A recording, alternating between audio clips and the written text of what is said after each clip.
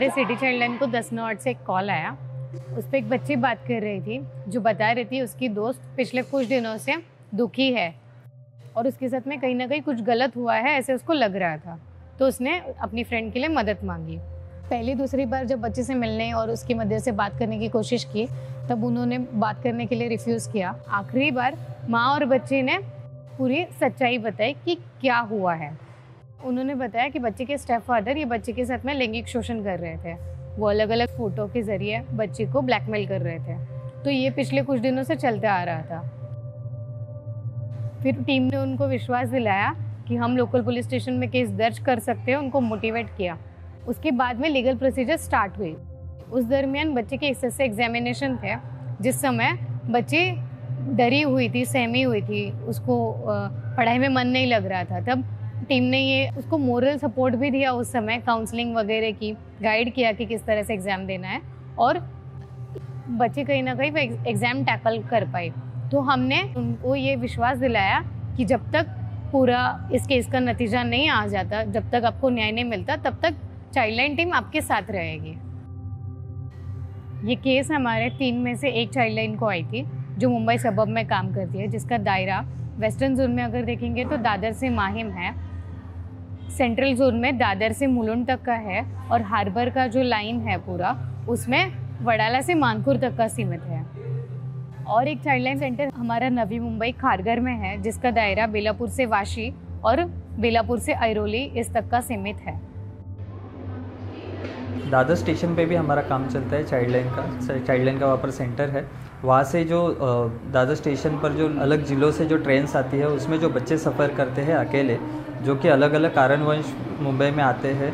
एक तो मुंबई का आकर्षण है, घर से भागे हुए बच्चे हैं, मिसिंग बच्चे हैं और कुछ बच्चों को तस्करी के लिए लाया जाता है। ऐसे बच्चों को हम लोग जीआरपी, आरपीएफ इनकी मदद से हम उनकी मदद करते हैं।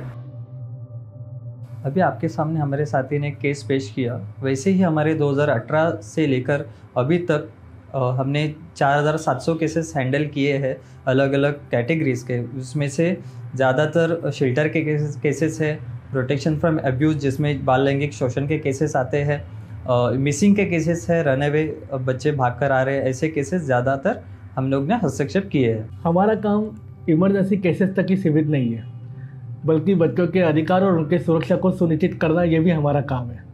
समाज में जो भी बच्चे वंचित है, दुर्बल है और जो बच्चे असुरक्षित माहौल में रहते हैं, ऐसे बच्चों को सुरक्षित माहौल में लाना ये हमारी जिम्मेदारी है, जिसके लिए हम अलग अलग तरीके के कैंपेन चलाते हैं। जिस कैंपेन के ज़रिए हम बच्चों के अधिकार क्या है, उनके सुरक्षा क्या है, सुरक्षा के मुद्दे क्या है, ये लोगों तक लेकर जाते हैं।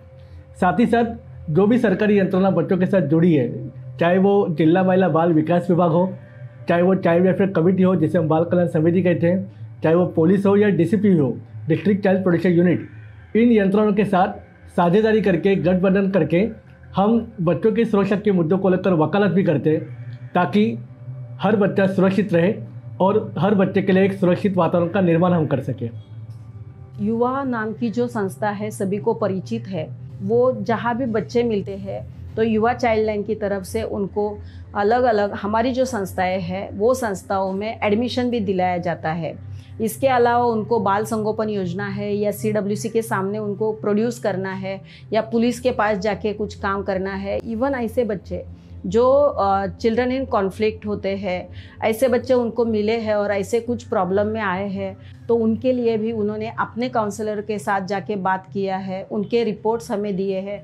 और ये प्रोसेस और आसान होनी चाहिए और बच्चों के लिए एक रिहैबिलिटेशन प्लान बनना चाहिए, ये इनका एक ऑब्जेक्टिव मुझे दिखाई दिया है। और इसी ऑब्जेक्टिव को लेके हमने महिला एवं बाल विकास विभाग जो डिस्ट्रिक्ट का है, उन्होंने इनके साथ एक अच्छे से कोऑर्डिनेशन किया है।